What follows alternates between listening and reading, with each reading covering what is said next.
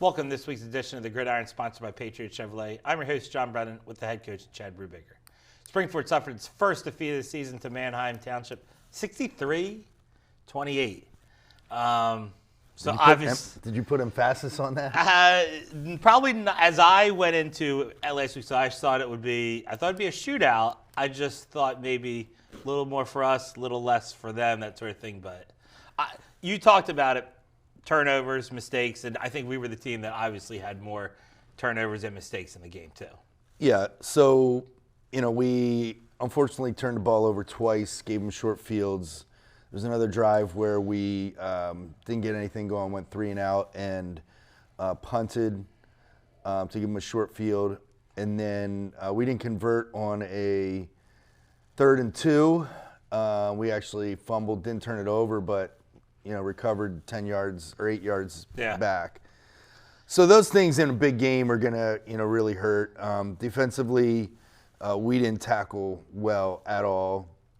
We didn't fit well at all, meaning, one guy does his job, the other guy doesn't fit in behind him. Yeah. And, we told our kids it was going to be a physical game. Manheim Township, credit to them. They play a physical brand of football, and our kids didn't match that energy, and that's something we have to look at. No excuses. Sure. But it was tough the past 2 weeks going into that game. We hadn't been out on the practice field in full pads since August, between the heat and the previous week. So we have certain things that we have to go by in terms of the humidity. Sure. So we weren't out in full pads and able to do some of the drills that we normally do. But again, that's not an excuse. That's just something we have to overcome. But I felt, looking at our defensive film from the game, I felt that it had an impact. That little things that are important we didn't do. There were a lot of times where we had guys where we needed to have them, and they missed tackles. Yeah. And it's got to be demoralizing also too, that they're just it's a score. Yeah, we didn't stop them till third quarter. No stops. They score every time, and then it changes the way you want to play offense then too, because now we're trying to catch up. We're trying to score every single. Yeah, I mean, our game plan offensively was to help our defense, because we knew they are a machine at this point, a well-oiled machine. Their quarterback's going to Lehigh. Their receiver that had 5 touchdown catches, he is going to Monmouth. We were going to take the ball, try to get ahead, run the ball, keep them away. On the sideline, yeah. And obviously down 14-0 after a turnover in a short field on a 3 and out, that went out the window. Now, we did score to make it 14-7, but they went right down and scored again, in and then no time at all. Yeah. So, the writing on the wall was we're going to have to keep up. Now, the beginning of the second half, we came out and we were down 42-14 at half. They had 370 yards of offense in the first half. And, we got it down where we were going in to get it down to 14. Yeah. And that's when we fumbled, and then we fumbled a kickoff, and then that was all there over. It was. Yeah. So is this one of the games where show the tape, but kind of like bury the tape? Let's get out of our mind a little bit. And because once again, we're going to start pack play this week here, but you're looking around the pack. You got PV 3-1, O&J 4-0. You got PJP on the other side. I think Phoenixville might there's some good football being played in the local area. You got to get ready for that too. Yeah, of course, but we're it's hard. That's easier said than done. I wore it all weekend, obviously. Mm-hmm. I think the kids generally get over things faster than the coaches do. We talked about it Sunday when we watched the film. We talked about it a little bit Monday and said, it's time to put it in the rearview mirror and go. But there's things also to be learned from that game. And those are things that we're emphasizing this week in practice. All right, good stuff there, Coach. All right, let's take a look at the offensive highlights from Springford and Manheim Township. Offensive highlights are brought to you by Dimitri's Pizza. So this is somehow not in order. Okay. Why do I always do that? It's all right. Anyway, that's a long throw down to Bilal Abdulrahman. Bilal Abdulrahman did a tremendous job this game. He sprained his ankle on Wednesday, and we really didn't think we would have him on either side of the ball. He ended up being able to play. This is your flea flicker play. Yeah, this is to Mason Scott down inside the 5-yard line, and that was our first score from there. They almost messed it up right there. Yeah, Jordan juggled it a little bit, but then he took a hit, but he did a great job of recovering from that. This is a little rail route down the Great side. pocket, good throw. Yeah, our pass protection for the most part throughout the night was really good. When we did run the ball with our first team, we ran the ball effectively, but we just couldn't stay on the run game throughout because of trying to play catch up. There's another long throw by Matt. Bilal Abdulrahman's wide open on this play, gets lost in the secondary a little bit. Looks like he's trying to go quick to somebody, right? He was right there to Mason, but they had it covered. Bilal cleared it, so he went up top. I think this was our second score of the game, just a counter tray to Matt. So again, we could run the ball. Yeah, look at that. We had two guys downfield. The tackle really could have gone to the safety there. And here's another touchdown pass to Jamal in the second half. Again, that got us to, I don't know what that got us to. But guys, a touchdown. We'll say that, Got us Coach. a touchdown. And then this is actually the first touchdown. I guess I did it in reverse order somewhat. First touchdown scored inside. It's tough to place the highlights together, that sort of thing. It's a difficult task. Yeah. But anyway, all right, so offense done here. We're going to come back here, talk some announcements, and talk about the defense a little bit more. All right, we'll take a quick commercial break. We'll be back with the defensive highlights from Springford Manheim Township. The family's visit to the forest inspired a beautiful question. Mother, mother, am I a tree? You tell me to stand tall. You tell me to stay rooted. I think I am a tree. My child, of course you are. But what kind of tree will you be? The kind to hug or the kind to climb? Doesn't matter which you choose, so long as you choose to be a tree that's kind. Make the forest part of your story at a park near you. Find one at discovertheforest.org. I'm Jenny Garth, and as a mother of 3, I know kids worry about a lot of things. Getting enough food to eat shouldn't be one of them. But here in America, that is a real worry for 1 in 5 children. This is unacceptable, and something Feeding America is working to solve. Through a nationwide network of food banks, Feeding America serves virtually every community in the United States, including yours. See how you can help your community. Visit feedingamerica.org. Together, we can solve hunger. Together, we're Feeding America. Welcome back to the Gridiron, sponsored by Patriot Chevrolet. I'm your host, John Brennan, with head coach Chad Brubaker. All right, Coach, announcement time here. I don't think there's too much. I guess we got to start getting ready. It's the big homecoming week next week. Saturday. Not this coming Saturday, but the following. Right, so those things are in the works. I've seen them around the building, all the theme days and stuff like that. Yeah. Neon Day, what are you thinking? I don't really, that's not really my cup of tea. Okay. Well, I think we have packed championships on Neon Day, so I'm going to miss by, so I'll be, shucks, can't participate in Neon Day. So we got that coming up. You guys are wearing out the miles on the bus too. We're another away trip for you guys here this week too, right? It'll be nice to come home. It'll really be a homecoming for us. Yeah, because you guys have been away for like a month too. It feels like. Yeah, well, it has been. Yeah. What else? Anything else going on? Anything you want to share? No, we played Boyertown this Friday. Yeah, we got that. What we're looking at. That's the big announcement. I did see on the Twitter or X machine, as you would say, you are posting about Player of the Week, Band Person of the Week, cheerleader. Yeah. Right? Still doing that, right? Yeah, Miss Merge's class does that for us, and that's posted on Twitter and Facebook every week. Yeah. Okay, so people can check that stuff out Yep. as well then too. All right, Coach. Defensive segment here. Obviously, not a ton of great things here from this segment coming, but there's obviously things you can show on film. We're probably going to show the highlights, but there's things you can show on film that are like, looking, here's where we can make.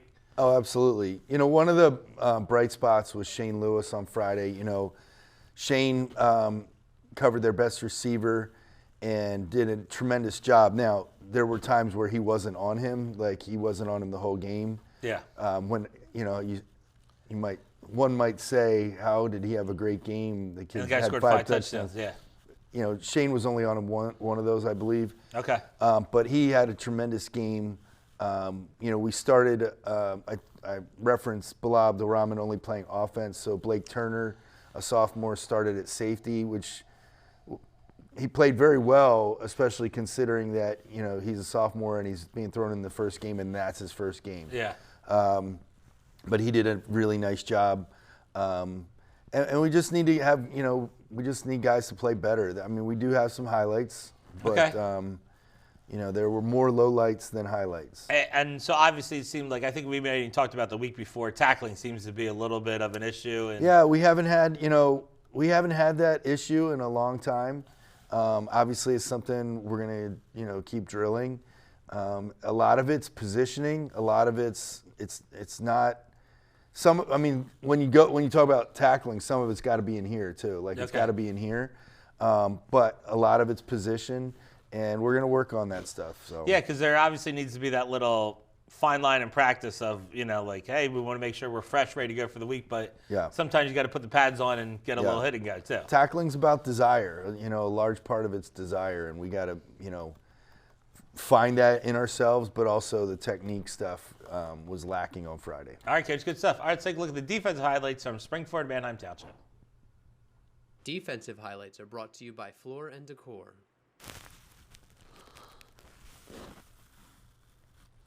So here we do a great job of flushing the quarterback out of the pocket. Should have made the play right there. You see that again. Like, there's two guys that should have made a play. Now, we get him, all right, but we should have made the play prior to that. Right, yeah.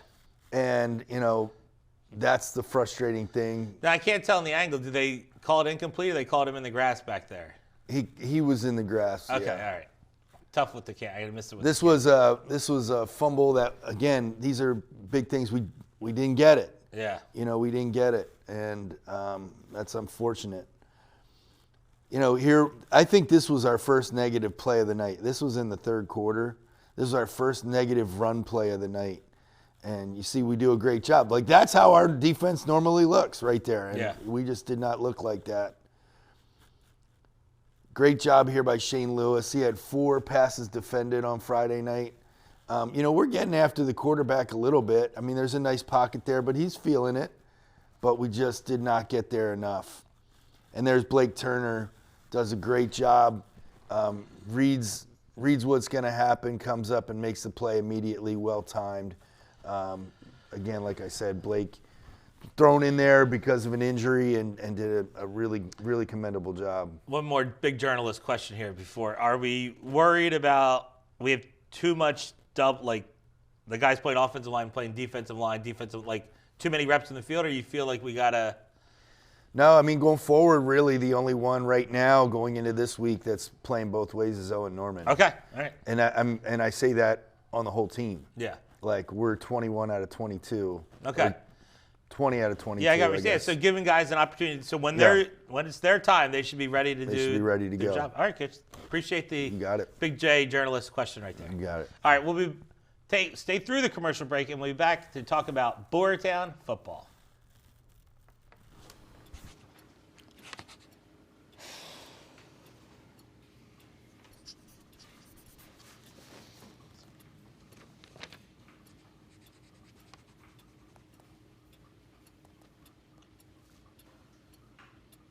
If you love them enough to relearn math so you can teach them math, then surely you'll check nhtsa.gov/the-right-seat to make sure they're correctly buckled in the back seat.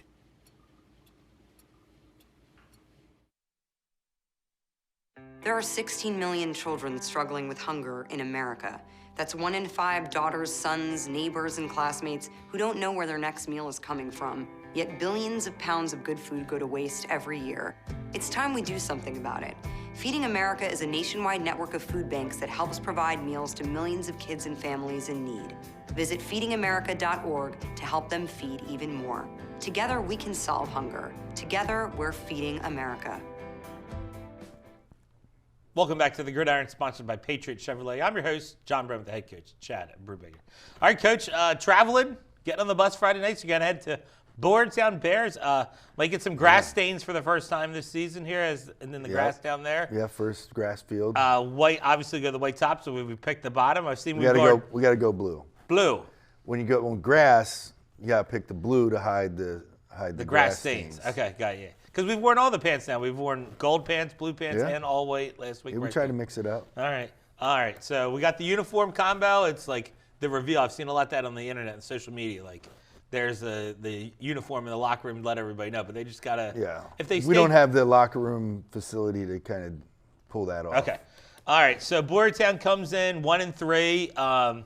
They've played Mifflin, a common opponent with you guys. And they've also played some of the small school divisions in their 4, whatever you want to call non-league preseason. Not preseason, that's wrong. Like, how would you call these 4 weeks? Non-league games? Yeah. But they aren't. Are they league games? No, they're non-league games. Okay. Our league is our division. Your division. I mean, it really is. Unfortunately, in football, it's not how it's done. But we talked about it before. There's no reason. No reason to get in that. I like the idea. You and like PV, you're playing people that aren't. You're not going to see it all. You're going out and finding people, but that's for him there. And if they want to be mad at me, I think that because of that crossover stuff in the non-league portion of the schedule, potentially we are shooting ourselves in the foot to the tune of over 110 possible points. And that's for everybody. Yeah. That's for everybody. So the teams that just missed playoffs, like you'll look at the end of the year and you calculate if they had 100 more points. And see what would happen. Yeah. All right. Anyway, let's talk Boardtown. A unique offense once again. If they're still doing it, right? A little unique, something different. No, they're wing tee. And it's something you don't see a ton, right, in high school. No, football. I mean it's similar-ish to Governor Mifflin, which we saw week 1. Governor Mifflin does a little more midline veer stuff, but Boardtown did show that against Mifflin. So offensively, that's what you're going to see. You're not going to see a ton of passes from them. If you are, it's going to be play action. Okay. All right, let's take a look at Boardtown on offense. Upcoming game highlights are brought to you by Davis Painting. So this is against Pottsgrove last week. Zoom. Big touchdown run there. What is with camera people this year? Can we not follow them? No, that's actually the huddle camera. Oh, really? Yeah, that's the huddle camera. What's up with huddle? Why can't they get the ball? Well, I don't know. And I don't even know why that. There it is. Yeah, he broke a tackle. No, there goes I think it might be the screen too, because on my screen. You can see it? Yeah. All right. All right. So they're running a lot of toss here. Yeah, they're running a lot of toss, and they had some success with that, getting outside. Here is something they don't do a lot of, but not bad. Straight drop back. Between the corner and the safety. And score a touchdown on that skinny post or slant, whatever you want to call it. They do some jet motion. All right. Again, downhill and outside, and their running back led the league in yards rushing last year. Okay. He had 600 yards against Upper Perk twice, That's 300 each, but led the league in rushing last year, and it'll be a challenge coming out of last week. I don't know what to expect from our kids. I know what our expectations are, but we really have to challenge them to get back to playing the defense that we're used to playing. And once again, there's the idea of assignment football. That's going to be a part of this week here, too. So I do want to say, Mr. Ansbach, Pottsgrove, I like the field logo. I like that PG on the field. I liked it more than the Falcon on the field. Their logo, I liked it. I didn't take notice. Yeah, that's the thing, you're watching the football. I'm checking everything else out. All right, what are you going to see from Boardtown defensively? So they're a 4-2-5 defense, which basically means they play with an extra hybrid guy, like a safety, outside linebacker guy. I mean, you know, it's something that, you know, 4-4 teams used to do this, but now they just really are saying, like, yeah, this is more of a safety guy than he is an outside backer, where a 4-4 team And would you're say seeing he's an that like outside at backer. every level of football, they're trying to have all these. Well, because the team's throwing, you Yeah. know, that makes a difference. Team's throwing better, passing game, you know, evolving and becoming better. So they sit in that for the most part, but they'll play different coverages, cover 2, cover 1, cover 3. You know, we've seen, well, we expected to see that defense against Father Judge. They gave us something completely different, but we're prepared. You know, we've played against this, so we're looking forward to it. All right, let's take a look at Boyertown on defense. Upcoming game highlights are brought to you by Davis Painting. Oh, now I see the PG. Yeah, I like it. So a little fumble there by Pottsgrove. They make the play in the backfield. Their defense is not overly big, but you see how That guy forces them back inside there. Yep, and makes the play in the backfield. Another tackle for loss. I guess I just pulled some fumbles. Huh? These are awesome. That was a great defense. Yeah. They try to run off tackle with the quarterback, and they bounce it. They do a really nice job of bouncing it. And there you see their 4-2-5 defense. All right, they go down the field, and the kid makes a big interception. Yeah, good play. The receiver, it looked like he's open, that sort of thing. And then the safety's over top to cover his corner, that sort of thing. Yeah, good fundamentals right there by the Bears. Yeah. All right, Coach. Well, hey, really uplifting. A lot of positive energy in this week's show. I hear. I know. You know, we're still coming out of the Gators, that sort of still thing. Still coming out of the funk. Like, you know, we got to put it in the rear view, and I include myself in that. And once again, I'm saying here for those still watching, then the Pac's playing some good football. We can't take anybody lightly. I think there would be 8 teams that would make the playoffs right now. That's pretty good. It's a big number, right? I feel like it is a big number. Yeah. So once again, here a lot to be had. On the docket this week, 3-1 PV versus 4-0 OJ Roberts too. We'll see a little matchup of those two this week here too. All right, Coach. Well, best of luck to you and the crew this week. You got it. Make sure you tune in next week as we recap the game with Boyertown and preview homecoming week and that game with Owen J. Roberts. For the head coach, Chad Brubaker, I'm John Brennan. See you next time on the Gridiron.